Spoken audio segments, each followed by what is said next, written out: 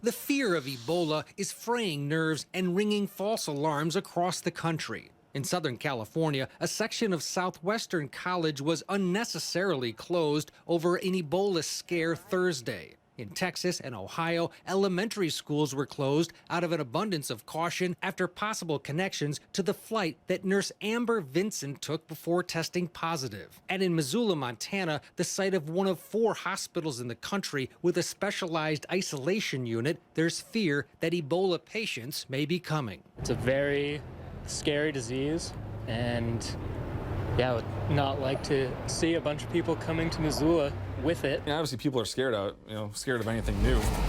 At Joe's barbershop in Chicago, Ebola is a major topic of conversation. What scares you about it? I mean, it's just frightening just to think that something so simple as a touch can just be contracted to anyone. Ron Brackle says one of his concerns is flying. I'm not to the point where I would not get on a plane, but it's in the back of my mind, absolutely, yeah. According to an ABC News Washington Post poll, 43% of Americans are very worried or somewhat worried that they or an immediate family member will get Ebola. And 65% of Americans say they're concerned about the possibility of a widespread epidemic in the U.S. This isn't a situation where individuals are magnifying the risk of it, the awfulness of it. It's they're magnifying and tending to overestimate the probability of getting it.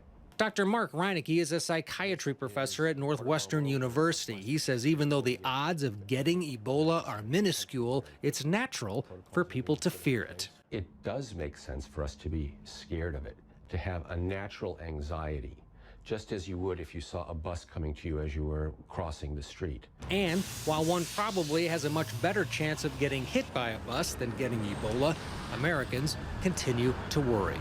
Ted Rowlands, CNN, Chicago.